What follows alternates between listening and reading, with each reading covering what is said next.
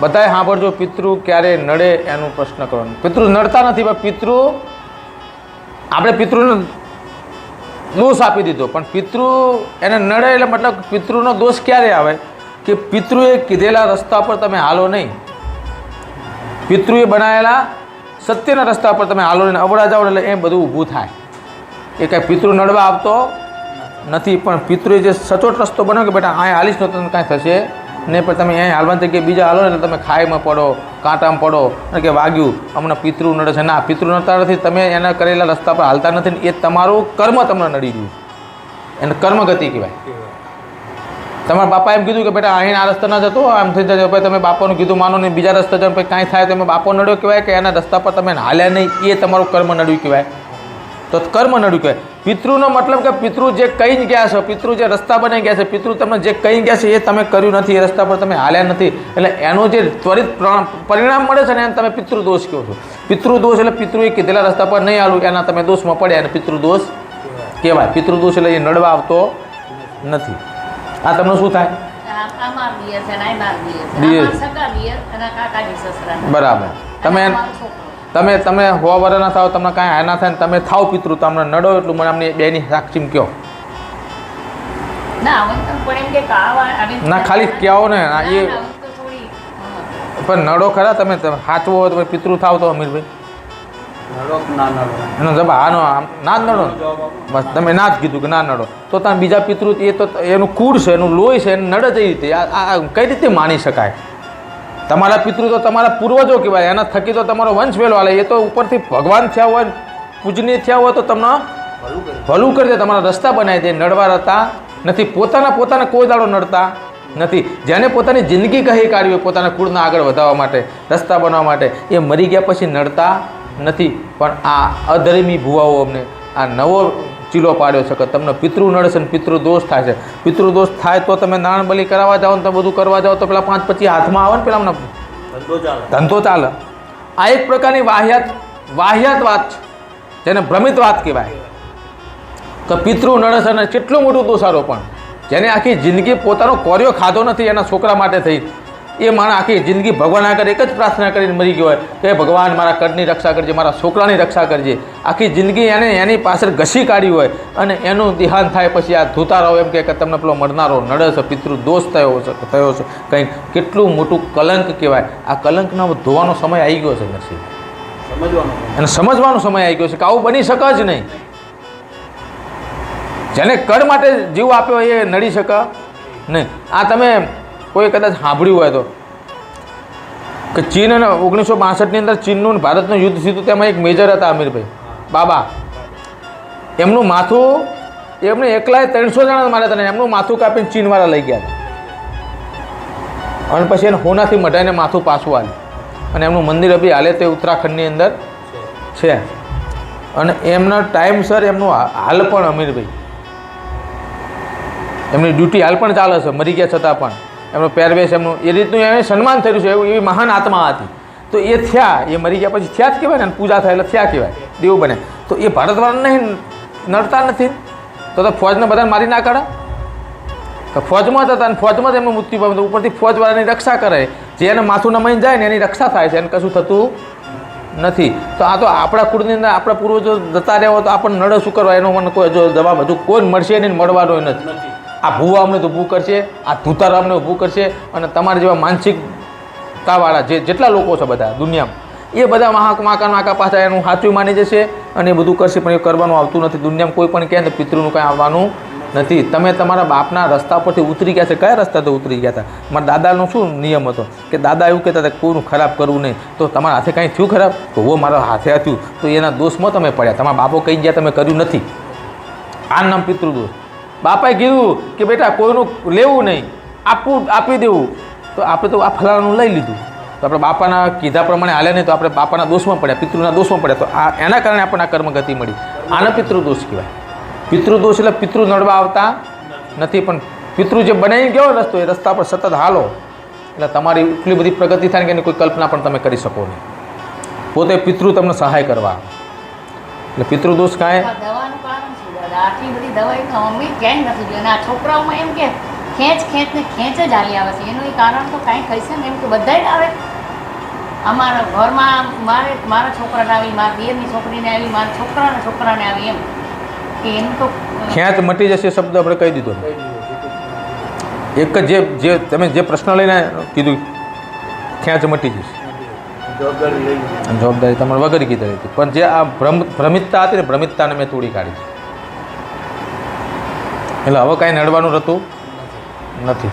એટલે મેં કીધું તમે કીધું પછી આવજો તમે લઈને, એટલે મેં કીધું અમને આમને ખબર પડે. એમને એટલા માટે લઈને આવવાનું હતું કે જે આ હું કરી રહીશું ને એનું આ જે જ્ઞાન આપ્યું ને, જ્ઞાન એમના મગજની અંદર ફીટ થઈ જાય. તમારી અંદર પણ ફેર પડે. સત્યનો ને ભક્તિનો રસ્તો પકડો ને કુળદેવી શું એની ખબર પડે તમને. કયા રસ્તો જવાય, કયા રસ્તો ના જવાય એની ખબર પડે તમને. આ તમે એક સીધા રસ્તા પર તમારે કુળદેવીનું નામ દઈને હાલો એટલે કોઈ દુઃખ નથી. દેવનું કોઈ દુઃખ નથી. તમારે કુળદેવી પર ભરોસો રાખો, સાચા રસ્તા પર હાલો, તમારા પિતૃ પર વિશ્વાસ રાખો અને આગળ વધ્યા કરો. કાંઈ જોડાવા નથી, કાંઈ વરાવા નથી, કોઈ માતાને બેહાડવા નથી, કોઈ દીવો કરવા નથી, કાંઈ કરવાનું નથી. બરાબર છે? ચામુંડાનું નામ દઈને આનંદ કરો. બોલો બીજું. તમને કાંઈ મનમાં હોય તો કહી દેજો. તમને કોઈ કાંઈ કીધું હોય એટલે અમારે પહેલા અમારા જે ભુવા હતા ને એવું કહેતા હતા, અમારું મઠ છે માતાનું સિહોરમાં અંદર, પણ એમને એવું કીધું તમારા માતા એ નથી, જે તમારા વડવાઓ પહેલા જે ગામમાં રહેતા હતા ત્યાં હતા. આ લોકો ખોટત કરવા ગયા પણ ત્યાં કાંઈ મળ્યું નથી. તમે કેટલા વર્ષ થયા ગામમાં આવ્યા? અમે ગામ તો અમારા વર્ષોથી મૂકી દીધું. કેટલા વર્ષ થયા? 200 300? અને અમારા પેઢી એટલે બહુ પેઢીઓ મૂકી દીધું છે ગામ. ત્યાર પછી ના એટલે કેટલા વર્ષ થયા હોય? મને અહીંયા 57મું વર્ષ ચાલે છે. પણ મારા સસરાની એવું કહેતા હતા એમના, હા મારા કાકાજી સસરા કે અમારા ભુવા જે છે ને એમને કીધું તમારું મઠ અહીંયા નથી, એમ કે તમારું મઠ બીજે છે, જે અમારું ગામ હેંજળિયા છે ને ત્યાં. પણ ત્યાં અમે આ લોકો બધી ખોડગત કરીએ પણ કે એ વખતનું એ નાળિયેર ત્યાં તો બાકી કાંઈ છે નહીં. એટલે તમને કે તમારો મઠ ત્યાં છે એટલે ત્યાં જવું પડે એમ? હા, ત્યાં જવું પડે એમ. કેવું મસ્ત રીતે ગોઠવણી કરી દીધી. માને તમારે ગોતવાની હોય કે મા તમને ગોતે? મને કહો. છોકરું ખોવાનું હોય તો છોકરું માને ગોતતું હોય, પણ છોકરું તો નાદાન છે અમીરભાઈ, એ ફાંફા મારતું હોય. પણ મા તો છોકરાને ગોતી કાઢે ગમે ત્યાં જ ગયો, એનો છેડો મૂકે નહીં. અને 100 વર્ષ થઈ ગયા હોય તો 100 વર્ષની અંદર 100 વર્ષ પછી જ કેમ તમને ત્યાં માતાનું બતાવો? તમે ત્યાં આવ્યા અને બીજા જ વર્ષે જ માતાના ઊભી થઈ કે ભાઈ તમે ત્યાં મને મૂકીને હેડો, નહીં ચાલે. 50 100 વર્ષે 2 પેઢી 5 પેઢીએ 10 પેઢીએ કોઈક ભૂવો કે તમારી માતા 5 પેઢી પહેલાં ત્યાં છે ને એ હવે લાવી પડશે તમારે ત્યાં જવું પડે. તો 5 પેઢીઓ સુધી માતાએ કર્યું શું? મોટો પ્રશ્ન અર્થ ત્યાં આવે છે. અમે ઊંઘી રહી અને તમે અહીંયા આવતા રહ્યા, તમારા માતા ત્યાં હાલી ના આવતી, ના તમારે મહા ના આવતી હોય, તમને ગોતતી ના આવતી હોય, તમારી જોડે ના હેઠતી તો માતા છે નહીં. માનો મતલબ જ એવું થાય કે તમારો શેડો મૂકે નહીં. માનો મતલબ જ એવું થાય કે તમને રેઢા મૂકે નહીં. માનો મતલબ જ એવું થાય કે તમે જ્યાં જાઓ ને તમારી હંગાત એનો પાલવનો શેડો માખીને તમને સાયડામાં હેડાડતી હોય ને એનું નામ માં. 500 પેઢી વીતી જાય, 100 વર્ષ વીતી જાય, પછી કોક બતાવવા, પછી તમે ત્યાં જાઓ ત્યાં કાંઈ મળે નહીં, પછી એને ઊંચી કરવાની ને ભાઈ ઢોલ વગાડા નગાડીને એને પરણે લાઈને બેહાડવાની ગોખલામાં, એના દીવા કરવાના, તાણે બિચારી તાહી નાઈને બેહ. હવે એ તમારું શું કામ કરી કે મને કહો? સત્યની વાત એક જ છે કે માતાને બોલાવવાની ના હોય, માતાને બેહાડવાની ના હોય. તમારા વડવાની તાકાત હોય તો માતા તમારી હંગાત હોય. દુનિયાના કોઈ પણ પેઢીમાં કોઈ પણ દુનિયાના ખૂણામાં હાલીને નીકળી જાઓ. અમીરભાઈ આ વણઝારા રહ્યા ને તો એમને તો તારી માતાઓ લાઈ જ કરવી પડે. ત્યાં રહ્યા હતા કે અહીંયા ભૂલી ગયા, અહીંયા રહી જઈ, પેલી કે હું અહીં રહી જઈ હું, પછી 2-5 પેઢી કે હું ફલાણા રહી જઈ, તો વણઝારાને તો મેળ આવે. પણ વણઝારાને ખબર છે અમીરભાઈ તો અમારી માતા રહીને અમારે હારે હોય, અમારે ગાડું જોડીએ ને તારા ગાડાના કાંધ ઉપર પહેલાં બેસી જતો મારી કડની માતા બેઠી હોય ને તો જ મારું ગાડું હેડે, ને હાલે નહીં. આ વિશ્વાસ છે ને એટલે જીત્યા છે અમે. એ વિશ્વાસ હોવો જોઈએ. આપણે ત્યાં જવાનું કોઈ ભૂએ કીધું કે તમે ત્યાં રહેતા ને ત્યાં રહી જઈએ એટલે અહીંયા પાછા ધોળાધોળ કરવાનું. અને આવું સ્પષ્ટતા કેદારી માતા જગતની અંદર નહીં મળે. હું ભુવાની માતા બોલું છું, ભુવાની તાકાત નથી એ બોલવાનું. કોઈક માતા મારી કારણ બીક લાગે અને હું માતા છું, મને કોઈની બીક લાગતી નથી. એટલે માતાઓ આવું કરતી નથી. ને કામની પેઢીઓ જોવા જો, પરમાનની પેઢીઓ જોવા જો તો કોઈ સ્થાયી તો છે જ નહીં. 200 પેઢીઓ 100 વર્ષે તે સ્થળાંતર થઈ રહ્યું છે, પૃથ્વી ઉપર સ્થળાંતર ચાલી રહ્યું છે. 50 વર્ષ તમે ગામમાં ટકી જાઓ એટલે શું તમે એમ માનો કે તમારું સ્થાયી થઈ જાય? તમારા છોકરા તારે ક્યાંય રહેતા હશે, અમદાવાદમાં રહેતા હશે, ત્યાંથી બીજા જાય એટલે શું માતાઓ લાય કરવાની હોય? જેનો રેઢો મૂકીને જેનો પાલવ જે તમારા પગલે 5 ડગલા આગળ હાલતી હોય ને એના માતા કહો ને એ હંગાત આવી હોય ને એ સાચી, બાકી પડી રહી હોય ને તો કોઈ લેવા ના જતા. હું શીખોતર એમ કહું, હું એમ કહું છું કે કોઈ એમ કહે કે તમારી માટે હાથ પેઢી ત્યાં છે તમારે લેવા જવાય નહીં. એને ભુવન પૂછો કે હંગાત કોઈ આવ્યું છે? એમ કે હા હંગાત તમારી એક માતા આવી છે ત્યાં એરિયે સાચી હંગાત આવી સાચી, બાકી પડી રહ્યું એને લેવા જવાય નહીં. તાન ભલે રહી તમારી હોય કે બીજાની હોય એ વડું હોય એવું હોય નહીં. એવું શીખોતર આ મારી ભક્તિની વાત બોલું છું. હું માં કોણ કહેવાય ને તમને શીખામણ આપું. તમને કહું ભુવાઓ તો દાણા નાખીને તમને બ્રહ્મજાળમાં નાખશે, પણ હું એક માતા એવી છું કે કોઈક ભુવાન મારી સામે બોલો ને એના શબ્દ એના એક પ્રશ્નનો જવાબ હું શીખોતર આપું. મારે ધૂણવાની જરૂર નથી. હું જીભ ઉપર બેસીને વાત કરનારી શીખોતર બોલું છું. અમીરભાઈ હું જીભ ઉપર બેસનારી માતા બોલું છું, શીખોતર બોલું છું. મારે ધૂણવાનું આવતું નથી, થાપોટા મારવાના આવતા નથી, મોટી આંખો કાઢવાની આવતી નથી. મારા શબ્દની ઉપર કોઈ જવાબ ના આવવાની હું શીખોતર. હું જવાબ મારું ને એની ઉપર કોઈ પ્રશ્ન ઊભો ના થાય એનું નામ શીખોતર. અને જે પ્રશ્ન હોય એનો જવાબ ત્વરિત આપી દઉં તો હું શીખોતર. એ મારા ભગવાનની ધ્યાનથી, હું પણ જબરી નથી. રામ હવે કોઈ પ્રશ્ન હોય તો કહો. અમે માંડવો કર્યો હતો ને એટલે એ કહે કે તમારો માંડવો એ નથી ચડ્યો. અને પપ્પા મરી ગયા હતા ને તો એમની ભેગો વયો ગયો, પણ મને એવું હતું કે અમે સહી તો અમે કરી દઈએ એમ. તો એ કે તમારો માંડવો એ નથી ચડ્યું, તમે કર્યો છે અને તમારો આ ઠેકાણો. અને પપ્પાએ 15,000નું તો ત્યાં ચાવન માની મૂર્તિ મૂકી. તો એ એટલે એમને એવું કીધું કે એટલે મને એમ થયું એ માંડવો ન ચડ્યો એવું બને ખરું? તમે ભાવથી જે કરો ને કુદરતના ભાવથી તમે જે કરો, સાંભળો, તમે ભાવથી જે કરો એ બધું જ ભગવાનના માતાજીને ચડી જાય. બાકી જે ગોઠવણી કહીને બધું નાચ દાદન ચડ્યો નથી ને વાત ખોટી. ચડ્યો કોને ના હોય? માણસને ના ચડે, એના પાપ હોય, એ ના આવે મારે નથી જવું. પણ જેના નામનું ભાવથી કર્યું હોય, દીવા કર્યો હોય, એના નામની લાગણો કરી હોય ને કોઈ જાતનું મનમાં પાપ રાખ્યા વગર કામ કર્યું હોય તો એ માતા હુકમ ના લે. અરે ભુવાઓ ઊભું કરે કે બીજો એકાલો માડવો કરે ને 50,000-60,000માં નાખીએ. અમીરભાઈ એ કરાવે. બાકી માતાને માડવો ચડ્યો નથી. અમુક એક મને માતા મઢમાં દેખાતી નથી કે તું કેવો એવો ભક્તિ કરે કે તને માતા દેખાય.